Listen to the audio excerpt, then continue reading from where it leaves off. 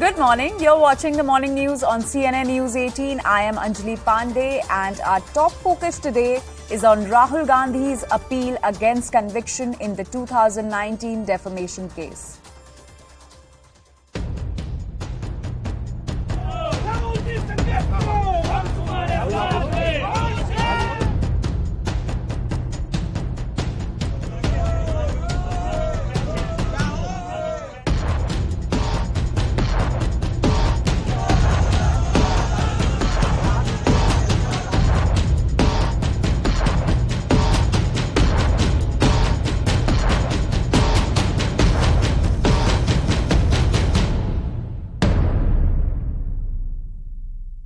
Congress leader Rahul Gandhi will challenge his conviction and sentencing in the Surat Sessions Court today in connection with the Modi surname defamation case.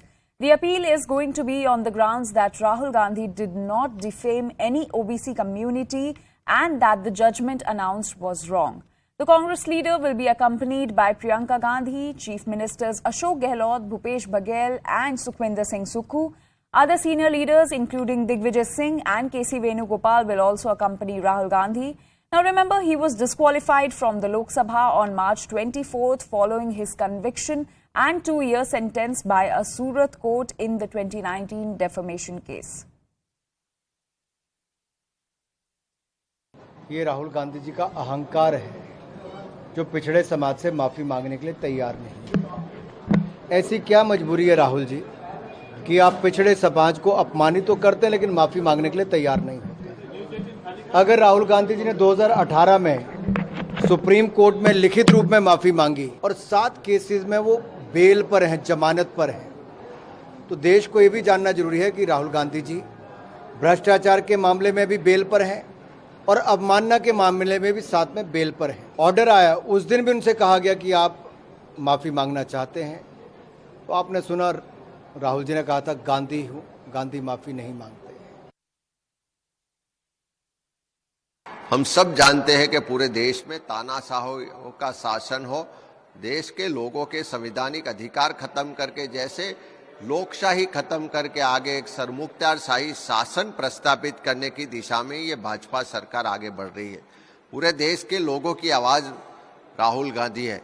किसानों हो, महिला हो, युवा हो, छोटा व्यापारी हो, उन सब के जब कोई भी प्रॉब्लम्स आते हैं, उनके पे आपत्ति आती है, उनको कहीं भी अन्याय होता है, अत्याचार होता है, तो उनकी आवाज बनने का काम राहुल गांधी ने किया है। राहुल जी की आवाज को बंद करने के लिए ये न्यायिक प्रक्रिया का सहारा लिया जा रहा है।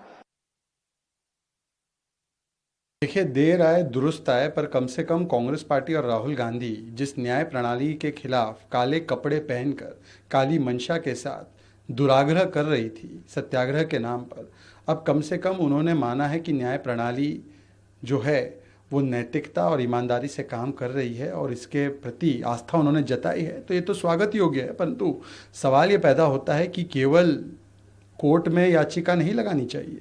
जो ओबीसी समाज का अपमान किया है राहुल गांधी ने, उनको तो देश के ओबीसी समाज के सामने क्षमा याचिका लगानी चाहिए और इस प्रकार से उनके ओबीसी के खिलाफ दिए गए टिप्पणी को गौरवान्वित करके उसका प्रचार करने का काम बंद करना चाहिए।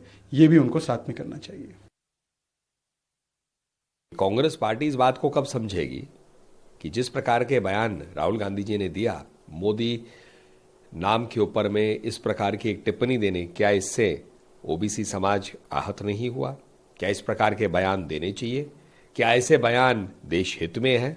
क्या ये बयान सत्य की लड़ाई है? तो मूल बात है कि सजा क्यों हुई, उससे तो कांग्रेस पार्टी भाग रही है और इस विषय के ऊपर में कोई टिप्पणी आ नहीं रही। बाकी सब चीजों पे कह रहे, बाकी अपील फाइल करना नहीं फाइल करना वो उनका कानूनी अधिकार है, वो उनकी टीम बताएगी कब जा रहे हैं कब नहीं जा रहे, इससे भारतीय जनता पार्टी को क्या लेना देना। लेकिन मूल विषय है कि ओबीसी समाज का जिस प्रकार से उन्होंने शब्द का प्रयोग किया अनुचित था और इसी वजह से उन पर सुनवाई हुई, उन पर सजा सुनाई गई।